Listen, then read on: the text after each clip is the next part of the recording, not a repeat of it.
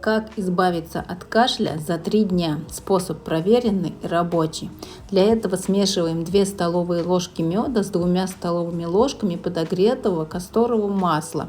Добавляем муку и доводим до консистенции густой кашицы. Наносим на марлю и потом все крепим на спинку и грудку с 2 сторон. Можно сверху обмотать пищевой пленкой. Оставляем на 4-5 часов, в идеале на ночь. Вот увидите, кашель пройдет за 3 дня.